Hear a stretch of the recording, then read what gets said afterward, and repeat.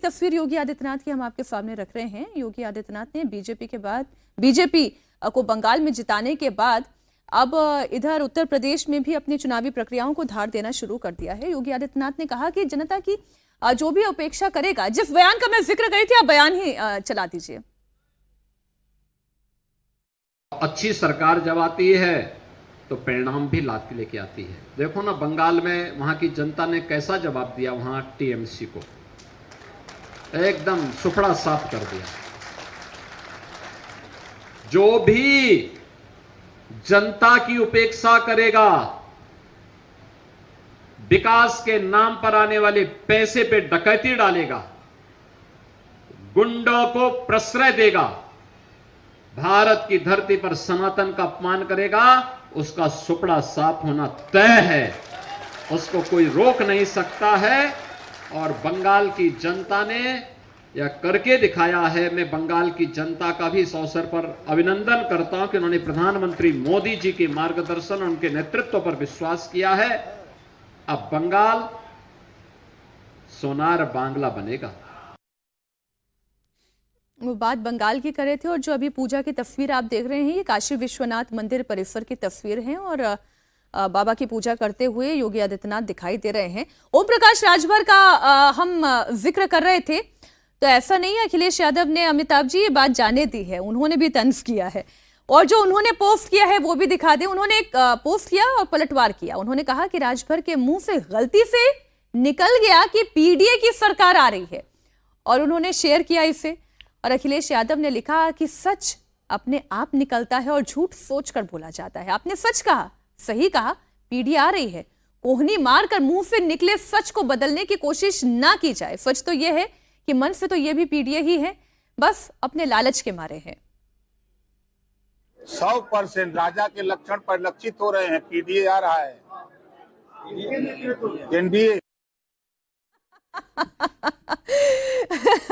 ये गलती से मिस्टेक तो हो गई अमिताभ जी, लेकिन बड़ी पिक्चर ये है कि अगर पीडीए वाला फॉर्मूला चल गया जैसे 2024 में चला था लोकसभा चुनाव में, और समाजवादी पार्टी के अच्छे फंड से जीत के गए, तब तो कोई बात नहीं। लेकिन अगर ये 80-20 वाला फॉर्मूला चल गया तो फिर अखिलेश यादव क्या करेंगे? देखिए क्या है कि अगर एक तरह से देखा जाए तो आज भी पीडीए की ही सरकार है। पूरे भारत में अगर भाजपा की सरकार है तो किसका विकास हुआ है भाजपा की सरकार में? पिछड़ों और दलितों का नहीं हुआ। पिछड़ों और दलितों और अगड़ों का हुआ है, अल्पसंख्यकों का भी हुआ है, क्योंकि आज की डेट में 30 से 35% बेनिफिशियरी हर राज्य के स्कीम में और पूरे भारत के स्कीम में मुस्लिम समाज से हैं। तो आज भी सरकार, ऐसी कोई बात नहीं है कि नहीं है। उन्होंने वो एक्रोनिम उठा लिया है, पहली बात।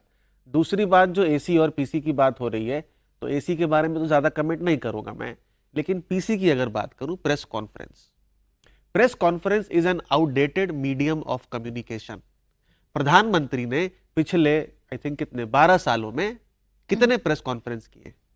ऐसा नहीं है कि वो, जैसा नैरेटिव है कि वो कोई प्रेस कॉन्फ्रेंस में आकर के सवालों का जवाब नहीं देना चाहते या वो डरते हैं। Press conference is an outdated medium of communication. ये प्रेस कॉन्फ्रेंस का जमाना है ही नहीं। तो अगर आप किसी चुनाव में, और अखिलेश यादव क्या कर रहे थे 2022 के चुनाव में, उनकी ही अब नहीं बोलना चाहिए ऐसा, उनकी ही जाति कम्युनिटी का एक उनका पीआर एडवाइजर थे, उनको उन्होंने हायर कर दिया। वो डेली प्रेस कॉन्फ्रेंस करते थे सर, डेली प्रेस कॉन्फ्रेंस करते थे। प्रेस कॉन्फ्रेंस का कोई लेना देना नहीं आज की पॉलिटिक्स में। आज सोशल मीडिया एक बात है जरूर, और दूसरा है जमीन पर आपका जो कार्यकर्ता है, कैडर है, आपकी आइडियोलॉजी को कितनी मजबूती से रख रहा है और कितनी मजबूती से आपकी बात को पहुंचाता है। एक और चीज जोड़ता हूं सिर्फ इसमें, आप भूल क्या जोड़ रहा था, कि ऐसा नहीं कि जनता की जो उपेक्षा करेगा, आज है कि मेजॉरिटी। देखिए पिछले 12 सालों में हुआ क्या है, एक बहुत बड़ा बदलाव जो कल भी हम लोग बात कर रहे थे। मेजॉरिटी इस भारत में माइनॉरिटी की तरह नहीं रह सकता। ये सबसे बड़ा मैसेज पिछले 12 सालों का है। Majority can not live like minority in a country.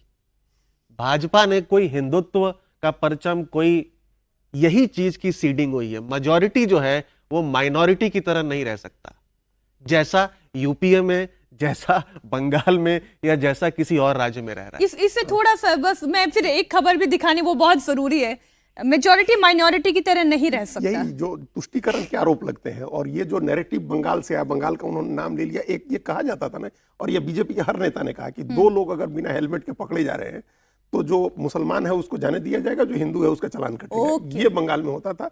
तो ये सिर्फ ये आप कर दीजिए कि चालान कटे तो दोनों का कटे। मेजोरिटी जो है वो माइनॉरिटी की तरह नहीं रह सकता है कि आप टारगेट हो और चूंकि वो वोट बैंक है तो उसको सारी सुविधाएं आप दें, ये नहीं हो सकता है। जो जिस सबके लिए आप अन्याय मत करिए, अत्याचार मत करिए, लेकिन बराबर की तरह ट्रीट करिए दोनों ठीक। को। बंगाल और असम के नतीजे से इंडिया अलायंस में कितना हड़कंप है उसकी एक खबर आपको और बता दूं। 2027 में यूपी विधानसभा चुनाव है और अखिलेश यादव अब चलिए कम से कम मैदान में उतरे तो सही, तैयारी शुरू कर दी है, शाहजहांपुर जा रहे हैं। वो समाजवादी पार्टी के स्थानीय नेताओं से मुलाकात करने जा रहे हैं। कटरा, जलालाबाद, ये वो इलाके हैं, तिलहर, शाहजहांपुर, ददरौल और पुवाया, 6 की 6 सीटें हैं। जी बीजेपी का कब्जा है यहाँ पे।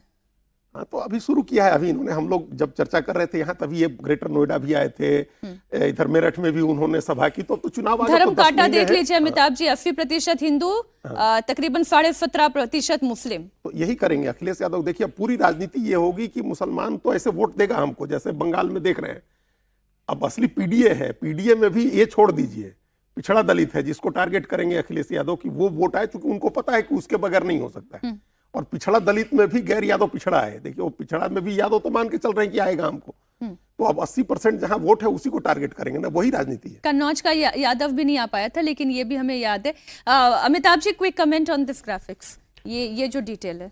वही बात है कि जो हम लोग कल बात कर रहे थे कि जो पॉलिटिक्स है, जब हिंदू समाज का वोट जब विभाजित हो रहा था अलग अलग कास्ट ग्रुप्स में, SC ST, Yadav, non Yadav, OBC, upper caste, ब्राह्मण, अदर अपर कास्ट, तो हम लोग 20 या 30% या 25% जहां पर भी मुस्लिम आबादी थी उसको एक अलग से कैटेगराइजेशन करके आज तक हम लोग एनालिसिस करते आए हैं कि ये मुस्लिम डोमिनेंट इन्फ्लुएंस सीट्स है। अब आपको सिर्फ एक चीज देखना है कि मुस्लिम समाज 50% से कहाँ ऊपर है। सिर्फ वहीं पर मुस्लिम समाज का इन्फ्लुएंस है, बाकी जगहों पर इन्फ्लुएंस जो है अब कम रहने वाला है। ये बार बार चुनावों में हम देख रहे हैं।